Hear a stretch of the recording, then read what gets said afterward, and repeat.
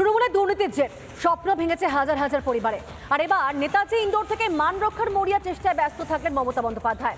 আবারও ফাঁকা বলির ফুলঝুরি, চাকরিহারাদের দিলেন একের পর এক গালভরা আশ্বাস। আমি বেঁচে থাকাকালীন যোগ্য প্রার্থীদের কারো চাকরি কেড়ে নিতে দেব না, ইট ইজ মাই কমিটমেন্ট। আবারও বড় গলা করে আশ্বাস। এত কিছুর পরও দুর্নীতির অভিযোগে তার মন্ত্রিসভার সদস্য জেলে গেলেন। দুর্নীতির অভিযোগে আদালতে একের পর এক মামলা হলো। শেষ পর্যন্ত সুপ্রিম রায় চাকরি গেল প্রায় 26,000-এর। এখন সহানুভূতির নামে ফের মমতার গলায় আশ্বাস। যোগ্যদের চাকরি বাঁচানোর দায়িত্ব নাকি সরকারের। যারা যোগ্য তাদের চাকরি নিশ্চিন্ত করার দায়িত্ব সরকারের। তাই যদি হয়, এতদিন সেই দায়িত্ব পালন করলো না কেন সরকার? কেন আদালতে পেশ করতে পারলো না যোগ্য অযোগ্যদের তালিকা? সেই প্রশ্নের উত্তর নেই। তার উপর মমতা শোনাচ্ছেন একের পর এক প্ল্যানের কথা। পথে চলতে গেলে কিছু রাস্তা ভাঙা থাকতে পারে, বাট ভাঙা রাস্তা পেরিয়ে মানুষকে এগিয়ে যেতে হয়। মনে রাখবেন, আমাদের plan A ready, B ready, C ready, D ready and E ready. আপনি মুখ্যমন্ত্রী বলবেন যে আমি আজ থেকে সবাইকে সিভিক টিচার করে দিলাম, 10,000 টাকা করে দেব। এটাই কি প্ল্যান বি? এটাই প্ল্যান সি? এখানেই শেষ নয়। বিজেপি মনে করছে দুর্নীতিবাজ তৃণমূল জেলে গেলেই সমাধান হবে পুরো সমস্যার, কাটবে যোগ্য অযোগ্য ধোঁয়াশাও। মমতা বন্দ্যোপাধ্যায় এবং তার ক্যাবিনেট চুরি করেছে এবং এই চোরেদের জেলে থাকতে হবে, জেলের বাইরে চোরেরা মানায় না। এবং আমার মনে হয় এরা জেলে গেলে পরেই আপনার যোগ্য অযোগ্য সমস্ত সমস্যার সমাধান হয়ে যাবে, সমস্ত কিছু জলের মতো ক্রিস্টাল ক্লিয়ার হয়ে যাবে। দুর্নীতি ঢাকতে গাল ভরা আশ্বাস। নেতাজি ইন্ডোরে আশ্বাসের ফুল ঝুরে। চাকরিহারাদের একের পর এক আশ্বাসবাণী মাননীয়ার। এতে পেট ভরবে তো পরিবারগুলি, নাকি চাকরিহারাদের ক্ষোভের আঁচ ভোট বাক্সে টের পাবে তৃণমূল? রিপাবলিক বাংলা। চাকরিহারা প্রায় 26,000, যোগ্য অযোগ্য কারা? মমতার মুখেই তো যোগ্য অযোগ্য চিহ্নিত। বলছেন যে আগে দেখবেন যোগ্যদের অধিকার। তাহলে কি যোগ্য অযোগ্যদেরকে আগে থেকে চেনেন মুখ্যমন্ত্রী? দেখুন, আগে আমাকে যোগ্যদেরটা ঠিক করতে দিন, আগে যোগ্যদেরটা হয়ে যাক, বাদ বাকি যারা থাকবেন, যাদের অযোগ্য বলা হচ্ছে তাদের বিরুদ্ধে কি কি এভিডেন্স আছে আমি দেখব, সেটা নিয়ে আমরা আলোচনা করব পরে। এবং যোগ্য অযোগ্যের মধ্যে গন্ডগোল লাগাবেন না। ডেকেছেন কাদেরকে? উনি বলছেন আমি যোগ্যদের সাথে আজকে কথা বলতে চেয়েছি, তাদেরকে ডেকেছি। তাহলে প্রশ্ন, আপনি যদি যোগ্য অযোগ্য না জানেন তাহলে ডাকলেন কি করে যোগ্যদেরকে? তাদেরকে আপনি যোগ্য অযোগ্য না জানলে পরে তো যোগ্যদেরকে ডাকবেন, এটা হয় না, হওয়া সম্ভব না।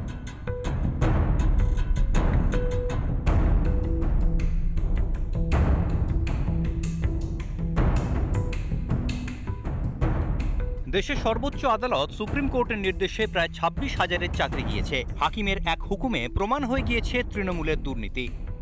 বৃহস্পতিবার সেই রায় ঘোষণার পরই মুখ্যমন্ত্রী মমতা বন্দ্যোপাধ্যায় জানিয়েছিলেন চাকরিহারাদের সঙ্গে বৈঠক করবেন তিনি। সেই মতো এদিন দুপুরে নেতাজি ইন্ডোর স্টেডিয়ামে চাকরিহারাদের জমায়েত। সেখানেই মমতা বললেন আগে তিনি যোগ্যদের বিষয়টি দেখবেন। আগে আমাকে যোগ্যদেরটা ঠিক করতে দিন, আগে যোগ্যদেরটা হয়ে যাক, বাদ বাকি যারা থাকবেন, যাদের অযোগ্য বলা হচ্ছে তাদের বিরুদ্ধে কি কি এভিডেন্স আছে আমি দেখব, সেটা নিয়ে আমরা আলোচনা করব পরে। এবং যোগ্য অযোগ্যের মধ্যে গন্ডগোল লাগাবেন না। এতেই বিরোধীদের প্রশ্ন, তাহলে কি যোগ্য অযোগ্য কারা তা আগে থেকেই জানেন মমতা? অথচ আদালত বারবার চাওয়ার পরও যে তালিকা পেশ করতে ব্যর্থ হয়েছে মমতার সরকার। আর যোগ্য অযোগ্য চিহ্নিত না হয়ে থাকলে এদিন আগে ভাগে গালভরা আশ্বাসগুলি কেন দিলেন মমতা? কাদেরই বা দিলেন এত সব প্রতিশ্রুতি? এদিনের সভায় উপস্থিত সকলেই কি যোগ্য? যদি তা না হয় সবকিছুই কি তাহলে শুধুমাত্র লোক দেখাতে, ভোটের জন্য? ডেকেছেন কাদেরকে? উনি বলছেন আমি যোগ্যদের সাথে আজকে কথা বলতে চেয়েছি, তাদেরকে ডেকেছি। তাহলে প্রশ্ন, আপনি যদি যোগ্য অযোগ্য না জানেন তাহলে ডাকলেন কি করে যোগ্যদেরকে? তাদেরকে আপনি যোগ্য অযোগ্য না জানলে পরে তো যোগ্যদেরকে ডাকবেন, এটা হয় না, হওয়া সম্ভব না। একদিকে মুখ্যমন্ত্রী চাইছেন আদালত চিহ্নিত করে দিক যোগ্য অযোগ্যদের, সেই মঞ্চ থেকেই আবার চাকরিহারাদের দিচ্ছেন গাল ভরা সব প্রতিশ্রুতি। বলছেন আগে রক্ষা করবেন যোগ্যদের অধিকার। সবটাই কি যোগ্য কারা অযোগ্য কারা না জেনেই, নাকি বিপদ বুঝে দুর্নীতির মাছ এখন কথার জালের শাক দিয়ে ঢাকার চেষ্টা করলেন? সবটাই আশ্বাসের ফুলঝুরিতে চাকরিহারাদের ক্ষোভ কমানোর কৌশল। রিপাবলিক বাংলা।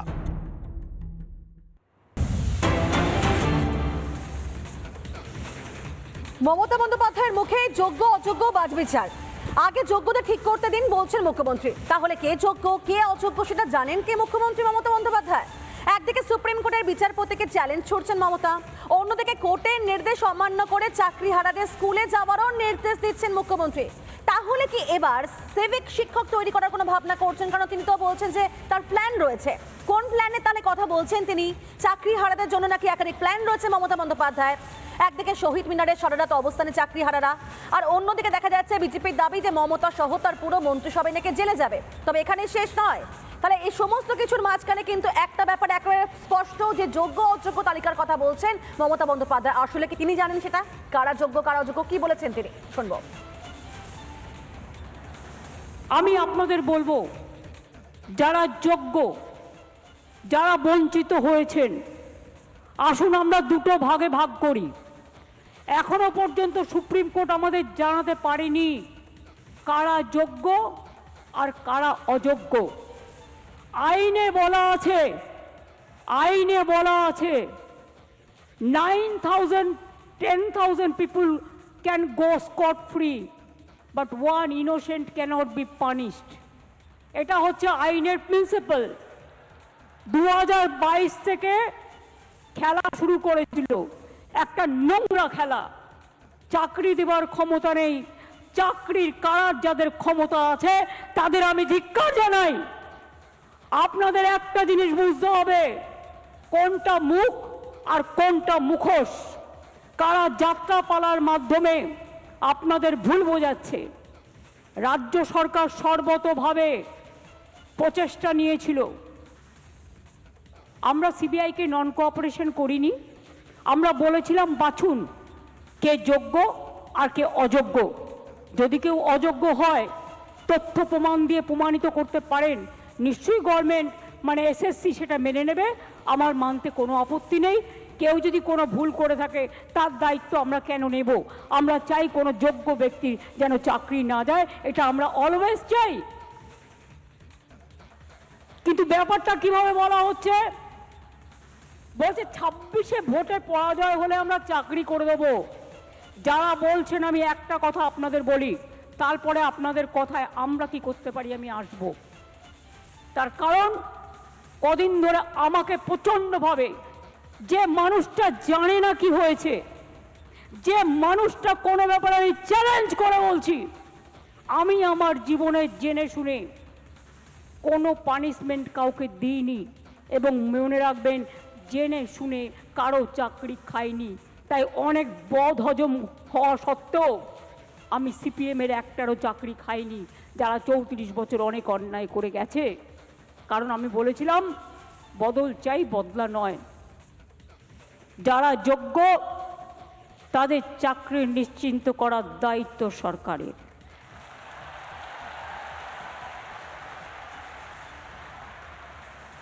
পরিষ্কার বলছি, কোনো রাগঢাক নেই। সুপ্রিম কোর্টের আইন অনুযায়ী করব। কিভাবে করব?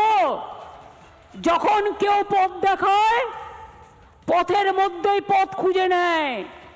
পথে চলতে গেলে গর্ত আসতে পারে, পথে চলতে গেলে কিছু রাস্তা ভাঙা থাকতে পারে, বাট ভাঙা রাস্তা পেরিয়েই মানুষকে এগিয়ে যেতে হয় সফল রাস্তায়। এবং তাই মনে রাখবেন, আমাদের plan A ready, B ready, C ready, D ready and E ready. মনে রাখবেন, এই যোগ্য টিচারদের চাকরি যাতে কোনোভাবে না যায়। যদি বলে তোমাকে 2 মাসে প্রসেস করতে হবে, আপনাদের তো কেউ চাকরি টার্মিনেট করেনি এখনো পর্যন্ত। করেছে কি? কোনো নোটিশ পেয়েছেন? আপনার বিরুদ্ধে দুর্নীতি না যদি প্রমাণ করতে পারে, তো কি আপনাকে কেউ যেতে বারণ করেছে? যান না, আপনি আপনার কাজ করুন না। আপনার কাজ কে বারণ করেছে? ভলেন্টারিলি সার্ভিস কিন্তু সবাই দিতে পারে, সেখানে কিন্তু আটকাবার কোনো জায়গা নেই কারো। গতকালের মমতা বন্দ্যোপাধ্যায়ের এই বৈঠক এবং সেই বৈঠকের পর আদৌতে কি চাকরিহারারা সন্তুষ্ট হলেন? কথা বলবো, কথা শুনবো তাদের মুখ থেকে। এই মুহূর্তে পিঙ্কি রয়েছেন আমাদের সঙ্গে একেবারে সরাসরি। পিঙ্কি, গতকালের বৈঠক থেকে মমতা বন্দ্যোপাধ্যায় যে একাধিক বার্তা দিলেন, তা নিয়ে কি সেটাগুলোকে নিয়ে কোনো দিশা পেলেন চাকরিহারারা? কি বলছেন তারা, একবার শোনা যাক তাদের মুখ থেকে।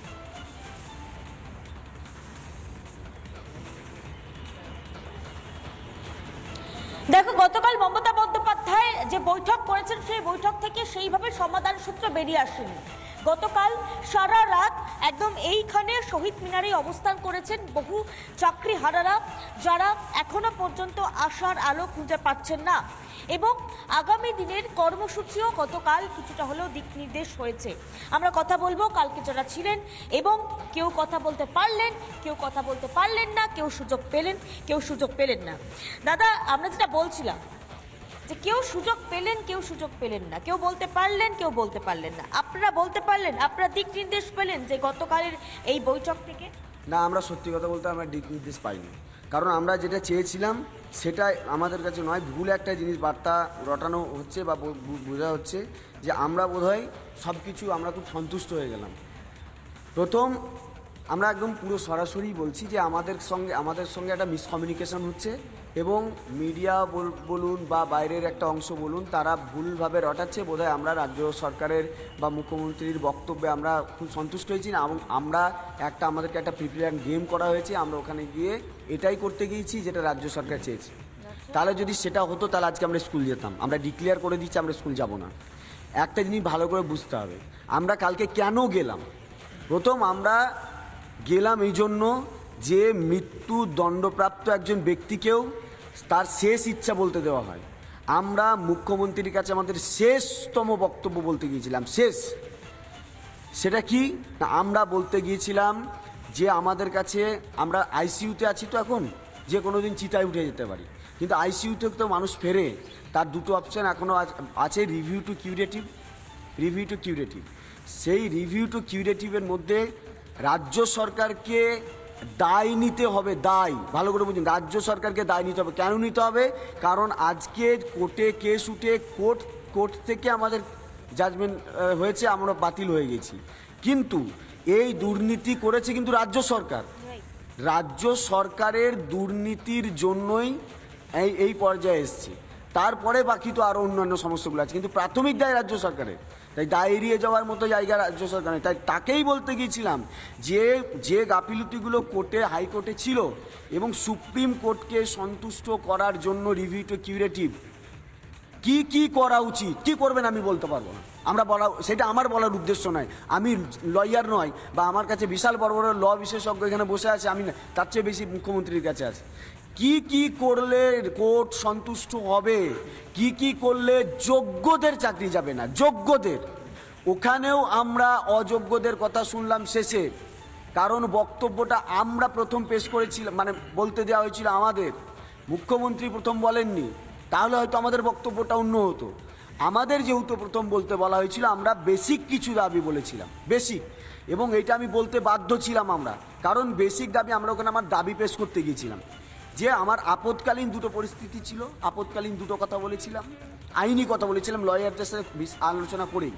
আপৎকালীন আলোচনাটা ছিল এটা যে আমার চাকরি থেকে এই মুহূর্তে আমাকে বরখাস্ত করা। মানে পিঙ্কি, একটা ব্যাপার একেবারে পরিষ্কার যে মমতা বন্দ্যোপাধ্যায় বৈঠক করলেন, বার্তা দিলেন, আশ্বাস বাণী দিলেন, কিন্তু তাতে একেবারেই সন্তুষ্ট নন চাকরিহারারা।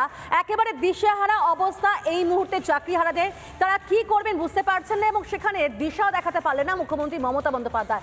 ধন্যবাদ তোমাকে, অবশ্যই সেদিকে আমাদের নজর থাকবে, আবারও কথা বলার চেষ্টা করবো তাদের সঙ্গে। আর ঠিক এই জায়গা থেকে কিন্তু একদিকে যেমন যোগ্য অযোগ্য নিয়ে বারবার প্রশ্ন করছেন মমতা বন্দ্যোপাধ্যায়, আর সেখানে আর একটা প্রশ্ন উঠছে এসএসসির পর এবার পালা প্রাইমারি। আরো 65,000 চাকরি যেতে পারে বলে মনে করছেন আইনজীবী ফিরদৌস তামিম, কারণ গতকাল সোজাসুজি স্বর্ণালীতে এই আশঙ্কাই প্রকাশ করেছেন আইনজীবী। সংবিধান কি পরিবর্তন হয়ে গেছে আমি জানি না, যে মুখ্যমন্ত্রী তিনি সর্বোচ্চ ন্যায়ালয়ের কাছ থেকে তিনি চাইবেন, মানে একটি অঙ্গরাজ্যের মুখ্যমন্ত্রী তাকে ভারতবর্ষের সর্বোচ্চ ন্যায়ালয় গিয়ে দিয়ে আসবে তার বাড়িতে। মানে এইটা যদি কারোর প্রশাসনিক ধ্যান ধারণা থাকে তাহলে বুঝতে হবে যে তার প্রশাসন চালানোর জন্য ন্যূনতম যোগ্যতা নেই। আসলে এই লোকটির যোগ্যতা নেই বলেই আজকে যোগ্য অযোগ্য সবাই সাফার করছেন। একজনেরও চাকরি যেত না। মমতা বন্দ্যোপাধ্যায় আজকে বলছেন একজন যোগ্যের চাকরি যাবে না, কিন্তু মমতা বন্দ্যোপাধ্যায় যখন মহামান্য বিচারপতি অভিজিৎ গঙ্গোপাধ্যায় রায় দিতেন তখন কি বলতেন? তখন বলতেন একজনেরও চাকরি যাবে না, মানে সাদা কাতার মাস্টার থাকবে। আসলে আসল পরিকল্পনা কি ছিল? এই যারা বসে আছে তাদের আমি চিৎকার করে করে বলছি, এবং আজকে আমি একটি কথা বলবো, 1 মিনিট সময় দেবেন, না হলে কিন্তু আগামী দিনে আবারও 60 থেকে 70 হাজার জন একই বিপদের মুখে পড়বে। এবং বলছি, আমি ক্যামেরার সামনে বলছি, আজ থেকে প্রতিটি প্রাথমিক শিক্ষক এক সংঘবদ্ধ হন, বলুন আমাদের OMR sheet west Bengal board of primary এডুকেশনের ওয়েবসাইটে আপলোড করতে হবে, panel with breakage of marks upload করতে হবে, না হলে আজকে যে এসএসসির বিপদ দেখছেন আগামী দিনে আপনারাও একই জায়গায় পৌঁছবেন। তার কারণ মমতা বন্দ্যোপাধ্যায় এটা দেবে না, মমতা বন্দ্যোপাধ্যায় এটা করবে না। তার কারণ পরিষ্কার, এদের থেকে পয়সা নিয়েছে মমতা বন্দ্যোপাধ্যায়রা। তার কারণ হচ্ছে পয়সা নিয়েছে বলে এই অযোগ্যদের কাছ থেকে তারা বলছে না, যখন তারা নিজেরা তো ওএমআর শিটের মিরর ইমেজ রাখেইনি, উল্টে যখন সিবিআই ওই ওএমআর শিটটি এনেছে তখন রাজ্যের পক্ষ থেকে, এসএসসির পক্ষ থেকে, বোর্ডের পক্ষ থেকে, ইভেন আমি বলতে বাধ্য হচ্ছি যারা যোগ্য বলে নিজেদের ক্লেম করছেন তাদের পক্ষ থেকেও তারাও সাইলেন্ট ছিলেন। তারাও বলেননি যে হ্যাঁ ওই ওএমআর আমারই ওএমআর। তার কারণ তারাও ভেবেছিলেন হালকা করে মমতা ব্যানার্জির সাথে থেকে আমরা হয়তো নাইয়া পার লাগিয়ে দেবো। না, সত্যকে সত্য বলতে হবে, মিথ্যাকে মিথ্যা বলতে হবে। নানা ধরনের কন্টেন্ট দেখার জন্য লাইক করুন, শেয়ার করুন আমাদের ফেসবুক পেজ, সাবস্ক্রাইব করুন আমাদের ইউটিউব চ্যানেল। পাশাপাশি অন্যান্য ব্রেকিং নিউজের জন্য অবশ্যই চোখ রাখুন রিপাবলিক বাংলায়।